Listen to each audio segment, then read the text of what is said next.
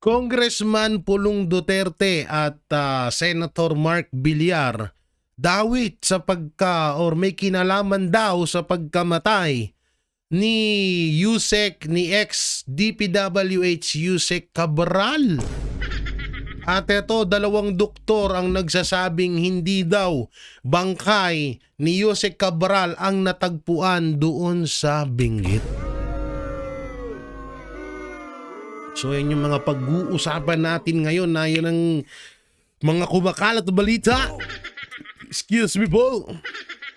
At syempre, bago tayo mapunta doon, may mga ipapasilip muna ako sa inyo. At eto, breaking news.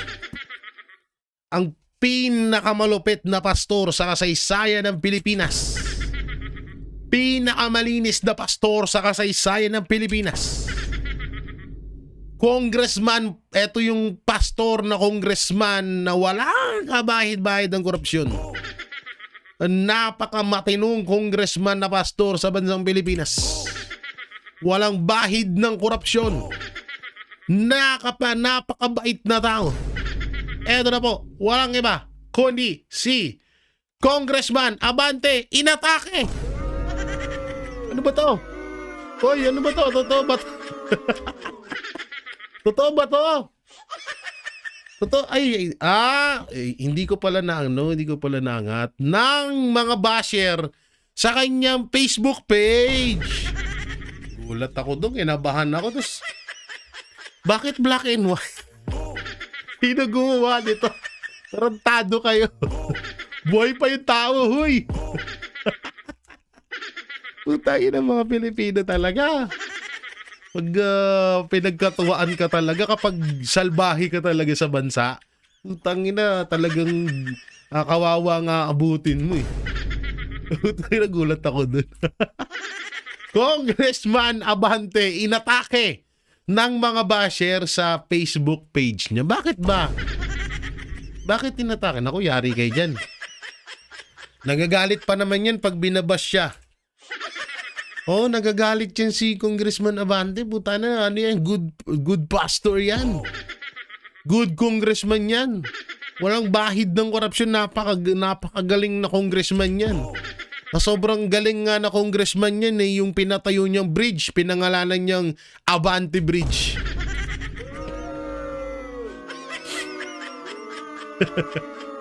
Tangina talaga, no? Huwag niyo naman agad ipanalangin si pastor. Oo, mawawalan na ng misa kay Romualdez.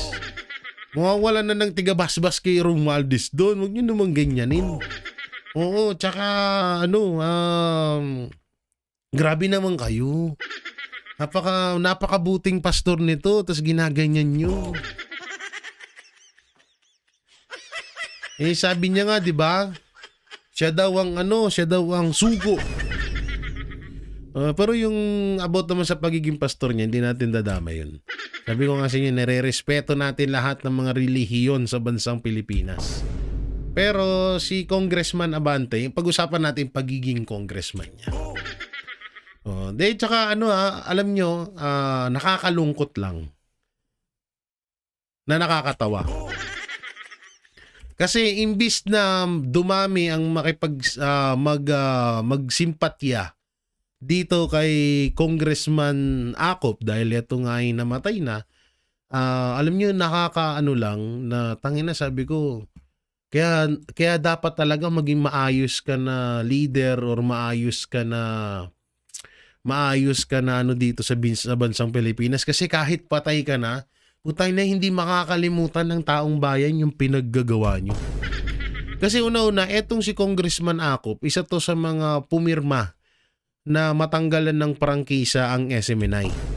Isa din si Congressman Acop sa mga nagdikdik sa kay Pangulong Duterte patungkol dito sa war on drug niya. At marami pang ibang kinagalitan or marami pang dahilan kung bakit nagagalit ang taong bayan sa kanya ngayon.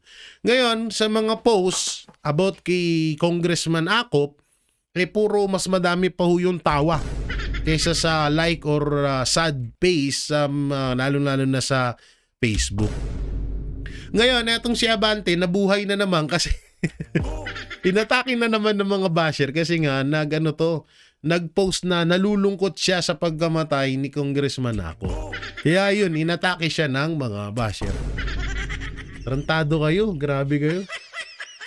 Alam niyo, noong una ko nakita itong picture, sabi ko, putang ina, akala ko talaga totoo.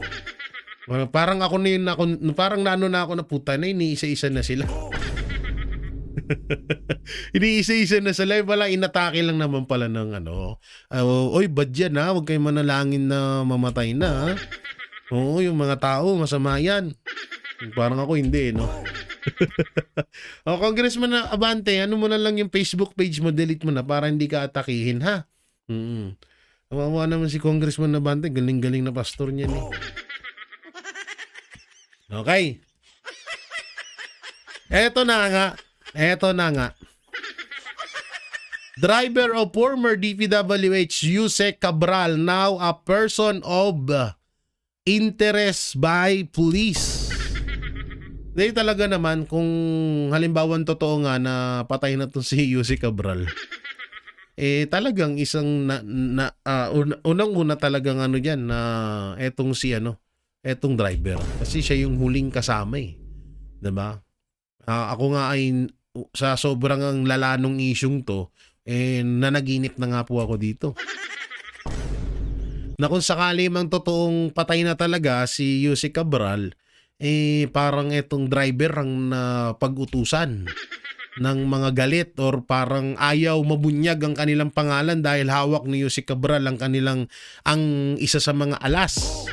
So parang inupahan tong driver para para itulak or patayin si Yusek Cabral. Pero panaginip lang naman yun, ha? Walang katotohanan yun. At eto pa isa. Oo, ang sanhi ng pagkamatay ni Yusek Cabral, ano to? Blunt traumatic injury. Sanhi ng pagkamatay ni ex-Yusek Cabral, Catalina Cabral, from DILG. So ano to? Blunt. Hindi ko alam yung blunt eh. Wala akong alam sa mga ganyan. Traumatic injury. Traumatic injury? Ano yung ganun ba yung pagkalaglag? Bahala nga kayo na. Pati ako nahihiwagaan na rin dito eh. O, dito naman. Ay, eto! Dito tayo.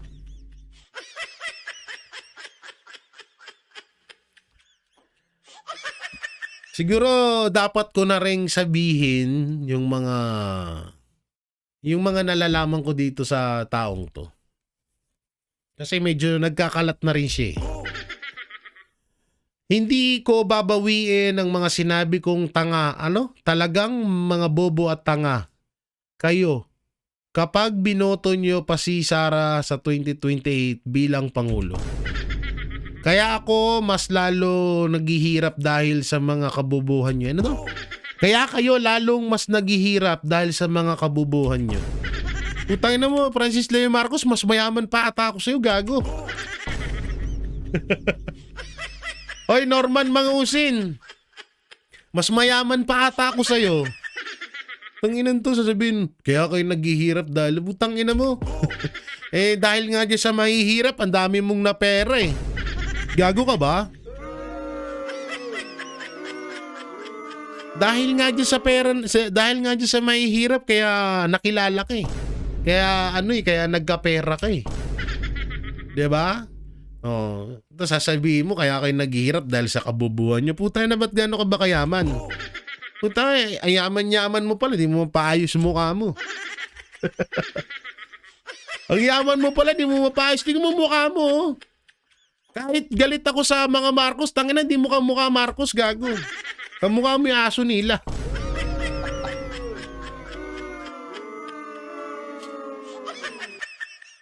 Naka-peri pa.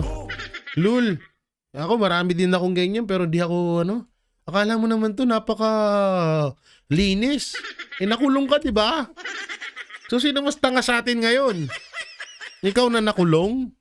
Nakulong ka, nakulong to eh. Tsaka ito may kukwento ko dito.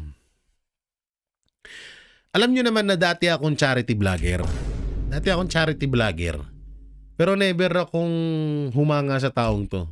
At never ko ding minention to sa mga vlog ko na kinakahangaan ko siya dahil charity vlogger ako. Ngayon, eto. Kwento ko to ayon to sa sarili kong karanasan at nagkita kami noon kasi diyan. Hindi personal May isang grupo noon na nasalihan ko bilang charity vlogger ako na nagtayo sila ng isang donation or parang tinatawag na basta isang pabahay donation project. So magdo-donate ang mga OFW doon at kasama pa yung dating anchor ng ngayon ay vlogger na din na bumabatikos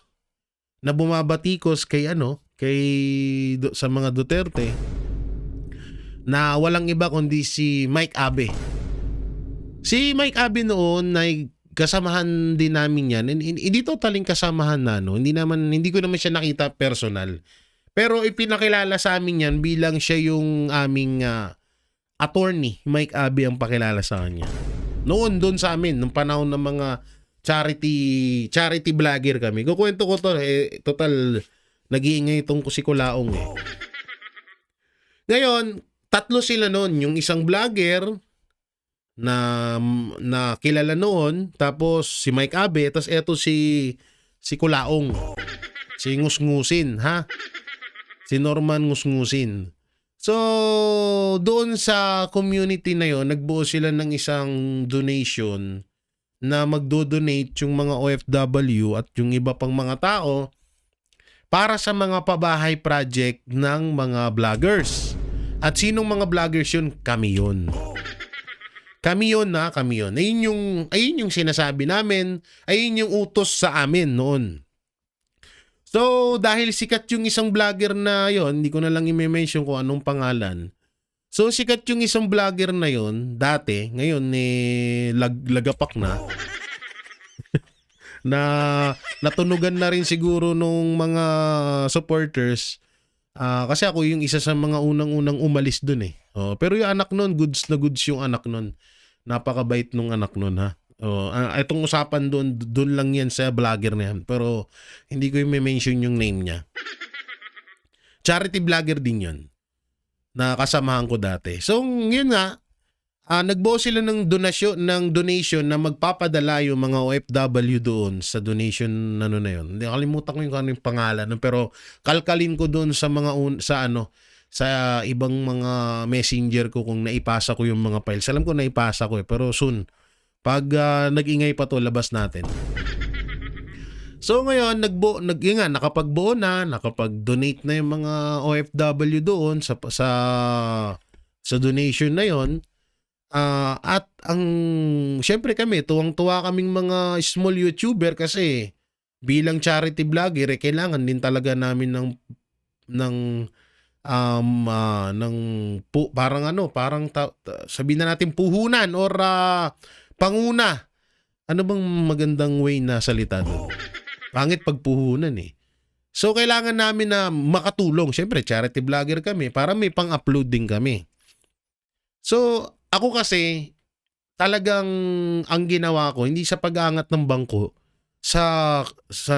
napakababa pa lang ng YouTube channel ko. Pero noon nasa 30 to 40k subscriber pa lang ako noon. May mga pabahay project na ako. May mga pabahay project na ako. So, nandyan yan sa video ko. Kalkalin nyo na lang dyan. May mga pabahay project na ako noon. So, lahat ng mga nagdo-donate sa akin, personal, siguro napapanood yung mga video ko, i-mini-mention ko dun sa vlog ko. Na ito, galing kay Rosalinda May Amoy. Nagpadala po siyang 50,000 para po ibigay kay ganito, kay Dante Golapa. Yan, halimbawa lang. So mini-mention ko yun. Tapos pinagbawalan ako sa ganung gawain ko noon. Na ikinagulat ko. So sumunod naman ako, hinayaan ko. At mas ang ginawa ko nga ay hindi na lang din ako tumanggap ng mga donasyon noon nung nagcha-charity ako. Tapos ito nangyari, siyempre nagkaroon nga nung gano'n na oy may bubuuin daw na donasyon etong si Abe, etong si Kulaong, pati yung isang vlogger na yon na ano daw doon na yun daw doon daw kukuha ng pondo yung mga small YouTuber katulad namin. Iikot daw kami sa buong Pilipinas para magbigay ng pabahay project sa mga kababayan nating kapuspalad. So ako syempre tuwang-tuwa ako kasi isa yan sa mga hanggang ngayon talagang pinapangarap ko yan mga banateros, mga kabiyaya, na magkaroon ako ng minivan at umikot ako sa buong Pilipinas at para makapagbigay ako ng tulong sa mga kababayan natin. So pangarap ko talaga yan. So sobrang tuwang-tuwa ako nung marinig ko yun. Hanggang sa sinasabi naman sa amin na ganito na yung ganito na yung mga ipinadala. Nakaantabay naman kami, nanonood kami doon sa live nung vlogger na sinasabi ko. Nano kami doon. Eto, pinagpadala si naka-live siya. Nagpadala si ganito, So, para daw to sa pabahay, ganito ganyan. So, bandang huli, nakita namin, sobrang lumaki na. Kasi sikat sila noon eh. Sobrang lumawak yung yung nagbibigay, sobrang dami. At baka magulat kayo kung sabihin ko kung magkano. Umabot ng halos nasa 10 million yung kasi umabot ng halos 1 taon yun eh, 2 taon mahigit. Yung pondo na yun. Tapos hanggang sa inaantay namin, tumagal ng mga 2 years, 3 years. Hanggang sa ngayon, parang nawala na lang sa isip nawala na lang sa isip namin kasi parang, alam mo yung parang nawala na lang din talaga na hanggang ngayon, minsan napapaisip ako, saan na kaya napunta yung pondo na yun? Galing yung mga pera na yun, galing yun sa mga OFW na ipapabahay project daw. Wala namang inutos sa amin na, wala namang ibinibigay sa amin. Ito, Jay Guevara, ito yung pabahay project mo dyan sa content mo na mag-ina na ganito ganyan. Content mo na sa matanda na ganito ganyan. Wala namang binibigay na ganun. So yun nga, hanggang sa tumagal ng tumagal, na wala na rin ako doon kasi nga may mga nakikita akong pangit din talaga na mas malaki pa yung binubulsa kaysa sa itinutulong. Ang pinakamalupit pa nga na diskarte doon, yun doon sa pabahay project na yun, ganito. Siyempre sikat siya, kilala sila eh. Ito, kilala to dati na tumutulong, di ba? Kilala tong Kusikulaong dating tumutulong eh. Ngayon, eto na. Paano nakakapagnakaw yung ibang mga charity vlogger? Hindi ko nilalahat May mga charity vlogger na talagang buhos kung buhos ang tulong nila. Buhos kung buhos yan. Ngayon, ang nangyari, may isang pabahay project, halimbawa ni Eduardo Macapagal Arroyo. Halimbawa ganyan, may isang pabahay. Sobrang kawawa yun. Tapos nag-viral. Syempre, kilala silang mga vlogger. Ako, small YouTuber. Hanggang ngayon, small YouTuber pa rin naman ako.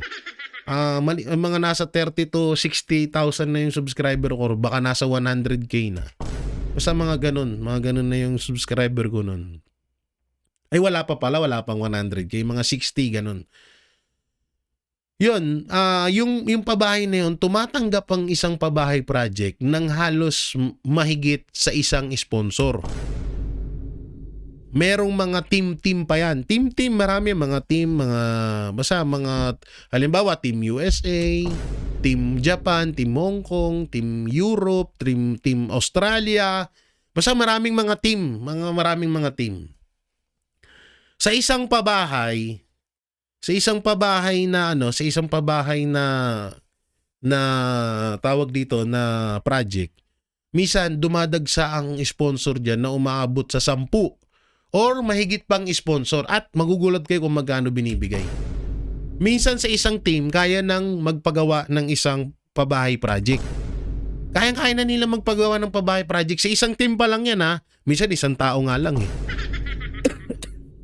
Biruin mo, 10 tao ang nagbigay doon sa para doon sa pabahay na yan.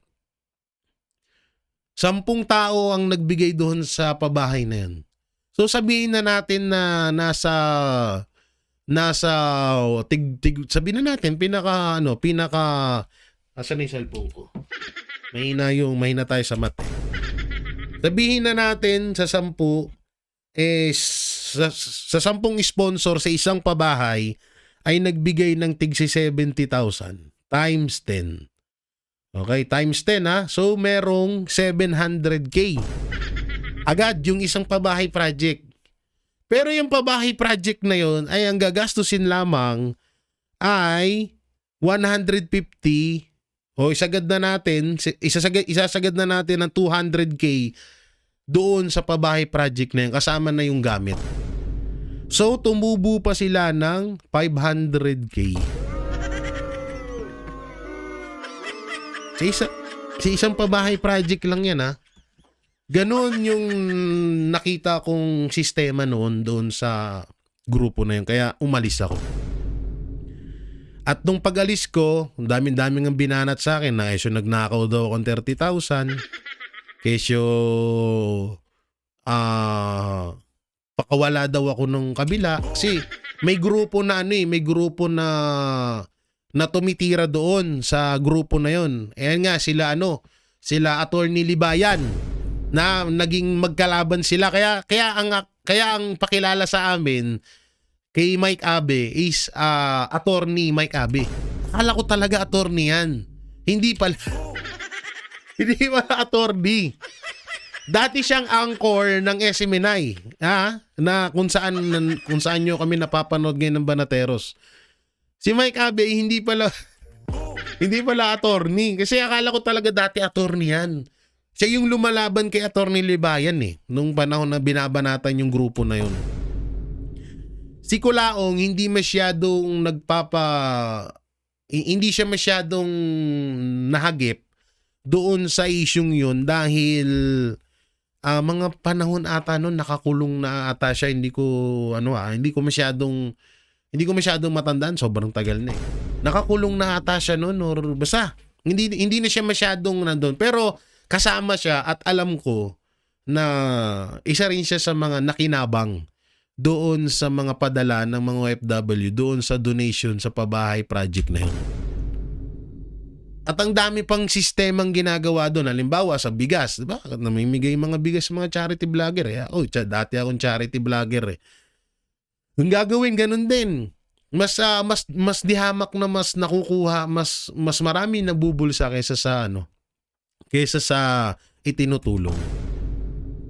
Kaya nung panahon na, yun nga, kanina yung kinuwento ko na nagcha-charity ako, na minimension ko yung mga OFW na tawag dito na nagpapadala doon sa binablog ko, minimension ko sa live sa vlog ko, pinagbawalan ako nun. Yun doon ako unang umpisa na parang, bakit pagbabawalan mo ko na i-mention yung nagpadala? Pera niya naman yun. Yun pala, ang ginagawa nila, hindi nila mini-mention doon sa YouTube channel nila yung mga nagpapadala para hindi magtaka na maraming nagpadala pala doon sa isang tao na yun. Sa isang pabahay project na yun. Kasi, biruin mo, i-mention nila lahat yung nagpadala sa isang pabahay project. Tapos may kita mo yung bahay. Kalahating hollow block, kalahating kahoy. So hindi naman tanga yung mga nagpadala na yan na ganyan lang yung bahay. Sabihin na natin, eto, panahon pa nun, mura pa materyales. Sabihin na natin, sige, lahat bato. Lahat bato yung bahay nun. Liit, nasa 30 to 20 square meter lang. Hindi pa rin kayang gumastos ng halos 1 milyon yun.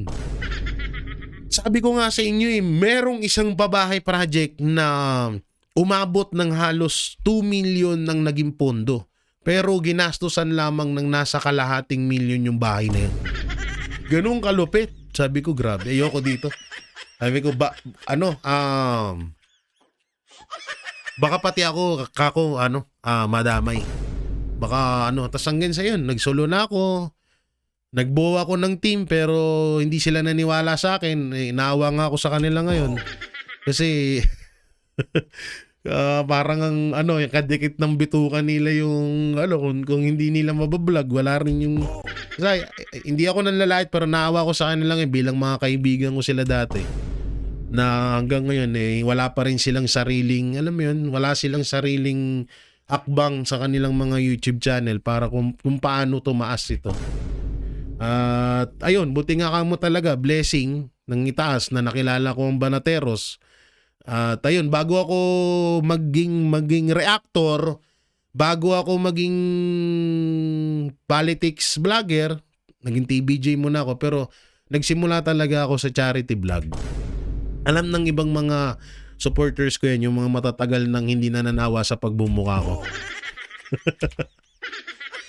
Ngayon, etong si Kulaong, doon sa pangi-scam nila sa mga OFW, kasama tong lokong to. Kaya kung sasabihin mong bobo kami, tangina mo, mas bobo ka. Congrats na lang sa'yo kasi ang dami mong kasong kakaharapin ngayon kay MG.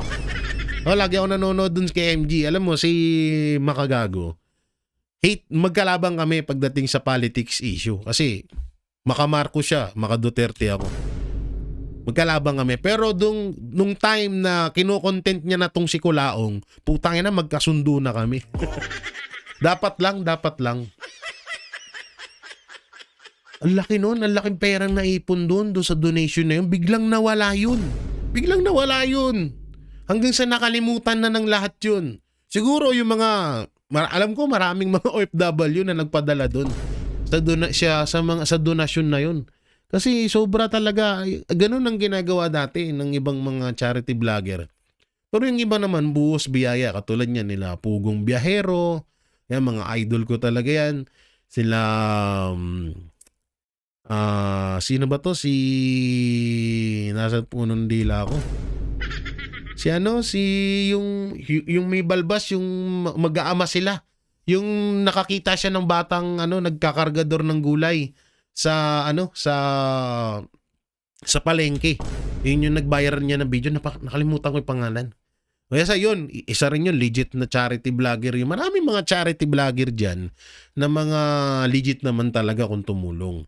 Pero meron talagang mas lamang yung binubulsa kaysa sa mas lamang yung binubulsa nila kaysa sa itinutulong nila. Kagaya na nitong kumag na to. Kaya wag mo kaming tsaka yung diba, nung nakaraan ginawan ko to ng reaction na sabi niya, kasi wala na siyang lisensya. Wala na trilyonaryo, hindi makapag-drive. Walang lisensya ang putang ina. So, tinanggalan siya ng lisensya ni Marcos Macalinaw. Tama ba apelyido nun? Yung lalaki na umakyat dun sa eroplano na may binibigay na papel kay Pangulong Duterte na ginawang head ng LTO ngayon, no? So, yan. Tinanggalan siya. Tapos ngayon, sabi niya, ano ba to? Marcos Jr. Si Marcos Jr. nga, minimension niya. Sabi niya, magdo-Duterte na lang ako pag ganito lang ganito. Ulol, Kulaong. Hindi ka namin kailangan dito. Mananalo si VP Sara Duterte sa pagka-presidente kahit wala yung boto mong hayop ka. Tsaka ito alam niyo sa totoo jackpot ang politiko dito sa taong to. Alam niyo kung bakit? Putay na dalawa pagkataon yun eh. Biruin mo, Francis Leo Marcos. Tapos, Norman Mangusin. Diba? Hindi natin alam kung sino talaga siya dun eh. Kauna-unahang tao na may dalawang pagkatao. Ang galing. Tumakbo rin tong senador eh, diba? Tumakbong senador tong kupal na to eh. Hindi rin nanalo.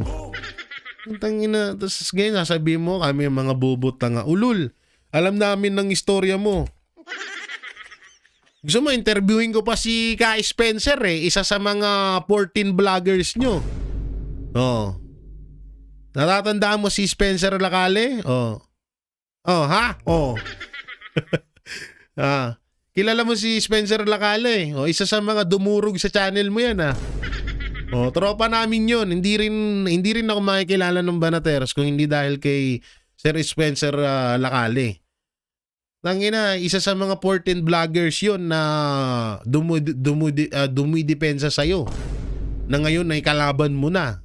Kaya wag mo kaming Norman Mangusin. Pag natapos sasabi mo magkakaso ka. Hindi magkaso ka, putang ina ka. Si kaso to Tangina, nung binalikan siya ni tadtad siya ng kaso Ang ina mo, kapangit mo, hype ka, yabang mo. Mas mayaman pa nga ata ako sa'yo Tangina, yung cellphone mo nga, hindi ka nga makabili nitong laptop, eto 250k. Itong pang vlog ko, di naman sa pagmamayabang. Sa sarili kong sa sarili ko, may brush ba yan, panglinis lang dyan para hindi madumi yan kasi ang mahal nga. Sasabihin mo, tanginang to, bobo. Kaya mas lalong naghihirap ang mga Pilipino kasi bobo. Mas bobo ka, tanga. Dami-dami yung pera, di mo pinapaayos mukha mo. Lul, gilan mo kami. Dami rin, sa totoo, ang dami, ayon doon sa napapanood ko about sa kanya, putang ina, ang daming pinahirapan din ng mga OFW nitong taong to. Diba? Ang dami niyang pinahirapan ng mga OFW. Kaya salbahe itong hype na to Okay, pero yan mo na nga yan. Sagwa na mo, mukhang inidoro Ay. Dito naman tayo, may wish din si naku po. May wish din si Senator JB Ejercito. Ang wish ko, mas magandang 2026 ang daming nangyari sa ating bansa. Pinakamadilim, pinakamalaking iskandalo sa buong kasaysayan natin. Tatak Marcos yan, yani. Yan talaga, Tatak Marcos.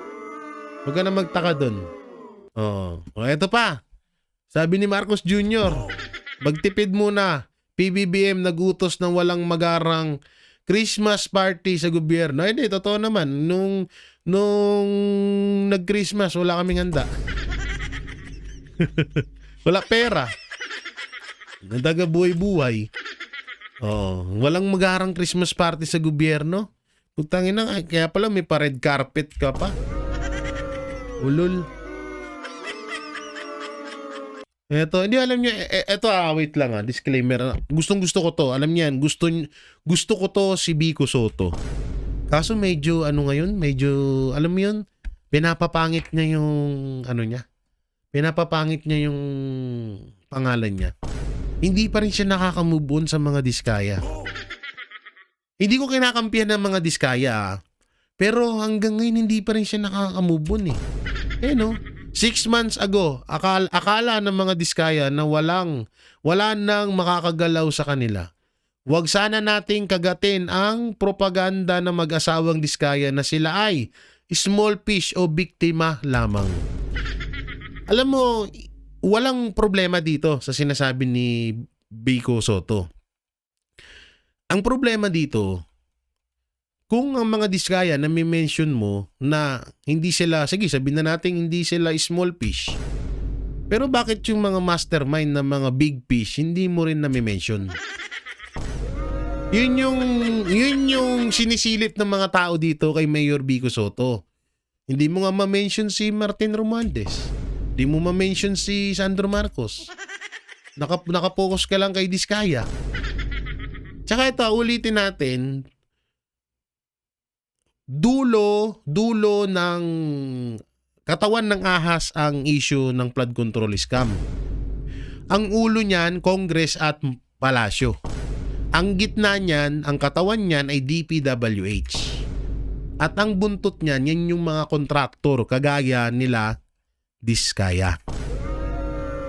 Kaya na puputak or parang nasisira ang pangalan nito ni Mayor Vico Soto dahil salita siya ng salita about sa flood control scam pero diskaya lamang ang pinupuntirya niya. Dahil nga may ano sila may personal silang alitan. So sabihin na nating may galit siya. So okay lang 'yun. Pero kung talagang ikaw ay tutol sa sa tawag dito, tapos sasabihin mo propaganda, sinasabi ng mga diskaya, itinuturo nila yung mga mastermind. So ibig sabihin, pinaparating mo sa amin na hindi totoo ang mga sinabi ng diskaya na isa si Martin Romualdez Saldico sa mga mastermind sa flood control scam. Nanginayang ako dito kay Mayor Vico Soto. Sa totoo lang, gustong-gusto ko to. Sabi ko nga, mag-senador na nga to muna. Mag-senador na nga to, mananalo to eh. Kaso pag hanggang ganyan na parang puro diskaya lang, tapos parang may iniiwasan ka. Halatado na may iniiwasan siyang i-mention. Alam namin yung galit ni Mayor Vico Soto ay diskaya kasi personal din siya niyan. Pero isipin mo maigi yun, yung mastermind hindi mo mapukul. Andun ka lang sa buntot. Tama naman si diskaya. Small fish lang sila. Buntot sila ng issue eh. Ang gitna DPWH eh. Ang ulo, Congress at Palasyo. Pero never nating narinig sa bibig ni Mayor Vico Soto yan. Diba? So yan lang. So dito pa tayo. Ito pa. Substitution. This is Yusek Cabral who allegedly fell off clip in Benguet. Tapos ito naman si Shera, the missing fiancé who been in the news few weeks back. May connection kaya? Death be Bacon. May connection, pare silang nakasalamin dyan. Hindi dito sa bride kasi hindi ko masyado tong anuhan eh. Ano bang napanood ko to one time na parang nawawala to pero hindi ko alam kung pares ba silang nagpapatay-patayan lang. So dito na nga tayo, eto na nga. Ito po ay pinapakalat po ito ng isang tansu vlogger na nagngangalang Nico David. So shoutout po sana po mapanood to ni Congressman Pulong Duterte, ni Senator Mark Villar. Senator Mark Villar ay sinisiraan po kayo ng vlogger na ito dahil pinapakalat po itong issue na to na kayo po daw ang isa kayo sa mga konektado sa pagkamatay ni Yusek Cabral. So ito po yun. Galing po ito sa post ni Nico David. Kung makikita nyo po ay nandyan po si Paulo Pulong Duterte. Si Saldico na mukha naman ni Yap ang nandito. At si Senator Mark Villar.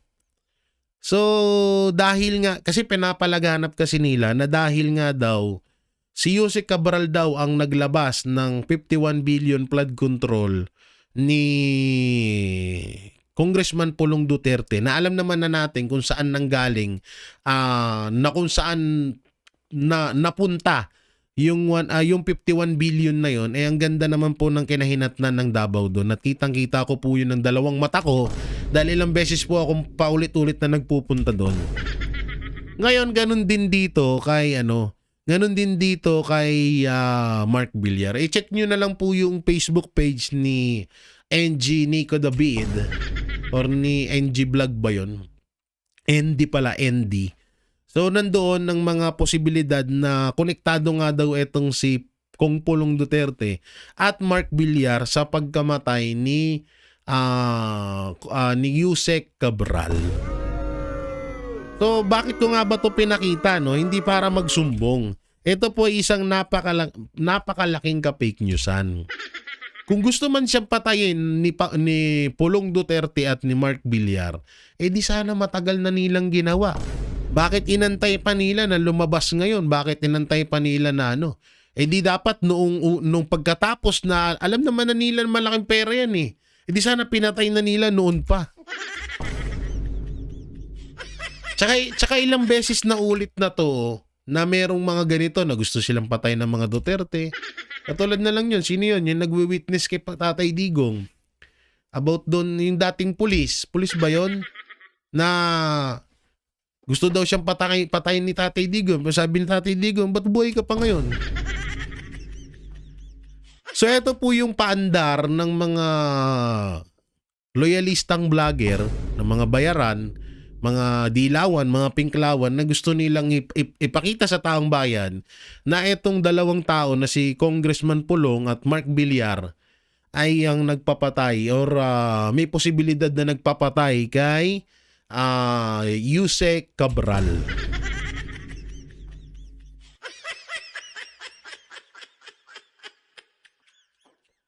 Alam nyo, kahit anong gawin nyo, talagang inilabas ko lang to, hindi dahil apektado ako. Inilabas ko to kasi nga para ma-aware yung mga tao at mapanood din nila Senator Mark Villar at Kung Pulong Duterte itong pinaggagawa niyong katarantaduhan. Tsaka ito, sa tingin mo, malaking ebidensya na to? Sino ba yung mga tinuturo ngayon? 'Di ba? Sino yung tinuturo ngayon nila Saldico? Kasi ito isipin mo, kaalyado ni Saldico si Romualdez, si Marcos Jr. 'Di ba? Kung una pa lang, paglabas pa lang ni Saldico, dapat minention niya na agad si BP Sara. Dapat minention niya na agad si Pulong. 'Di ba? Doon pa lang eh. Bakit si Martin Romualdez ang minention niya? Nakasabot dito sa nakawan. Kasi nga, sila naman talaga ang mastermind dito. Wag niyo ilihis sa mga Duterte at kay Mark Villar yung issue. Wag niyo ilihis sa mga taong hindi naman kaugnay dito. Tsaka hindi nga natin alam kung patay ba talaga si Cabral o hindi. Katulad nito, itong video na to, 'di ba? Ito yung video na sinasabi nung doktor na may posibilidad na hindi daw si Cabral yung nandoon sa yung bangkay na yun. So panoorin natin. Isa pang dashcam video na kuha sa Cannon Road sa Benguet ang kumalat online at ayon sa mga autoridad ay tumutugma sa paunang findings ng National Bureau of Investigation kaugnay ng pagkasawi ni dating Department of Public Works and Highways Undersecretary Maria Catalina Cabral. Sa naturang dashcam footage na naitala noong umaga ng December 18, makikita ang isang sports utility vehicle na nakaparada sa gilid ng kalsada, habang may isang babaeng nakaupong malinaw na nakikita sa konkretong harang. Ayon sa National Bureau of Investigation, ang video ay umaayon sa kanilang unang assessment sa kaso. Dagdag ng mga investigador, pansamantalang huminto sa gilid ng kalsada si Cabral at ang kanyang driver habang sila ay patungo sa Baguio City. Kalaunan, lumitaw din ang mas malinaw na litrato ng isang lalaking tumutugma sa isang naunang inilabas na imahe mula rin sa dashcam, na patuloy pang sinusuri ng mga autoridad. Nagpapahiwatig ito ng magkakasalungat na naratibo sa mga dashcam record na lumalabas. Dahil dalawang dashcam na ang nagsasabi na umaga tumambay si Cabral sa bangin, samantalang before 5 PM ito iniwan ng driver niya sa nasabing lugar. Samantala, naging sentro ng matinding diskusyon sa social media ang isang radio interview ni Department of the Interior and Local Government Secretary John Vic Remulla kaugnay sa parehong kaso. Hindi lamang ang nilalaman ng kanyang update ang umani ng reaksyon, kundi lalo na ang magaan at pabirong tono ng kanyang pananalita sa gitna ng isang sensitibo at trahedyang usapin. Habang ipinapaliwanag ni Remulla ang paunang resulta ng investigasyon, kabilang ang blunt force trauma, tinatayang 30-meter na pagbagsak, at ang mabagong terrain na sinasabing pinagbagsakan, pabirong nabanggit niya ang linyang, kung hindi raw naniniwala ang ilan, maaari silang mag-volunteer at itulak upang makita kung pareho ang magiging resulta. Ang pahayag na ito, na sinabayan ng tawanan sa programa, ang mabilis na kumalat online at tinuligsa ng netizens, abogado, at ilang personalidad bilang hindi angkop at kulang sa sensibilidad.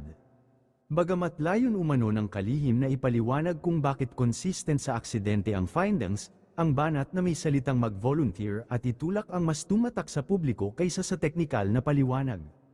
Maging ang mismong pahayag ay I-forward natin dito, yan. Ikitang binalot sa aluminum foil o thermal blanket ang katawan ni Cabral. Ayon kay Forton, ito ang unang pagkakataon niyang makakita ng patay na katawan na binalot sa foil sa halip na ilagay sa body bag, na Oo nga, karaniwan no? umanong ginagamit upang maiwasan ang contamination at masigurong tama ang paghawak sa labi. Binanggit din niya ang obserbasyon na may ilang taong sangkot sa recovery na walang suot na gloves, at nagtanong kung saan nagmula ang ginamit na foil at kung ito ba ay mula sa punerarya. Sa kabilang banda, ipinaliwanag ng ilang emergency response references na ang aluminum foil o thermal blanket ay karaniwang ginagamit bilang hypothermia wrap upang mapanatili ang init ng katawan, lalo na sa rescue situations at disaster operations. Ayon sa paliwanag, depende ito sa sitwasyon at availability ng kagamitan sa lugar, at maaaring ginamit sa paniniwalang ang biktima ay maaari pang buhay noong isinasagawa ang retrieval. Nako, Hanggang sa ngayon, wala pang opisyal na pahayag ang mga autoridad hinggil sa eksaktong protocol na ginamit sa nasabing recovery operation. doktor na to ha. Dagdag pa sa mga tanong, isang Eto pa. doktor ang naglabas ng opinyon hinggil sa umano'y napakabilis na resulta ng DNA testing sa kaso ni Cabral. Ayon kay Dr. Edsel Salvana, kung totoo na nakuha ang DNA results sa loob ng mas mababa sa 48 hours, ito ay kakaiba kumpara sa karaniwang proseso na umaabot ng ilang linggo, kahit pa sa mga high-volume laboratories sa ibang bansa. Eh, alam na alam ni John Vic yan. Dating doktor si John Vic eh.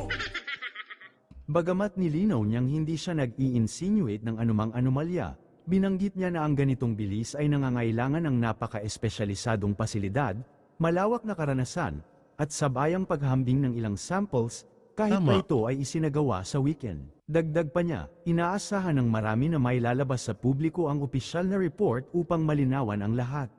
Sa gitna ng magkasalungat na pahayag, muling nabuhay sa kamalayan ng publiko ang kaso ni Mary Ann Maslog, ayon sa komentaryo ni Tio Moreno na tinawag itong parehong playbook at lumang tugtugin. Si Maslog, na nasangkot sa 1998 textbook scam ng Department of Education, Culture and Sports, ay gumamit ng iba't ibang pangalan sa paglipas ng mga taon at minsang idineklarang patay noong November 19 ng Naku, 2019. nangyari na rin pala to dahilan upang dati. pansamantalang may basura ang kaso laban sa kanya. Kalaunan, nagulat ang publiko nang muli siyang lumitaw na buhay, at napatunayang iisang tao lamang sa pamamagitan ng fingerprint testing matapos siyang maaresto noong September 2024. Nako, Para nangyari sa na pala marami, to. ang paulit-ulit na pagbabago ng mga kwento at ang kasaysayan ng mga kasong may kinalaman sa bilyong pisong pondo ng bayan ang dahilan kung bakit nagkakaroon ng pakiramdam ng deja vu sa kasalukuyang isyu.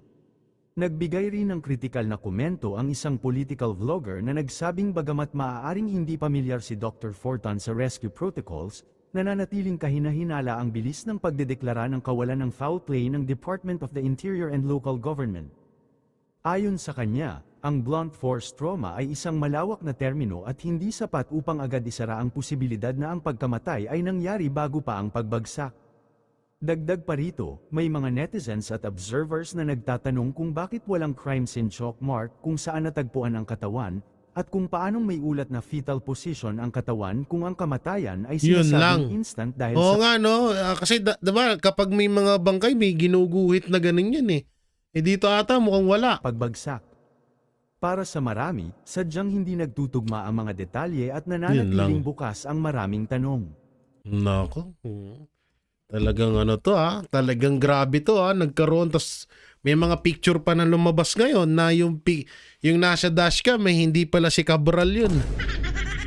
Tay tayo dyan. So yung mga barateros, mga kabiyaya, anong may kukomento nyo dito na yun nga, yung dalawang doktor na nagsabi na parang napakalabo naman daw na hindi daw si Cabral yung bangkay na yun. At etong fake news na ginagawa ng mga dilawan ng mga bayarang mga vlogger na si Pulong daw at si Mark Villar ang may pakana sa pagkamatay ni Yusek Cabral. Anong may kukomento nyo dyan? I-comment nyo lang po dyan sa baba at ating babasahin yan. At syempre, don't forget to like, share, comment, and subscribe sa ating YouTube channel. May pindot na lang din po yung bell button para lagi kayong updated sa ating mga video araw-araw. So maraming salamat. Ingat po kayo palagi. God bless and peace and bye-bye. Yan ang Banateros, walang inuurungan. Pag tama palakpakan, pag mali ay babanatan. Yan ang Boses ng ordinaryong Pilipino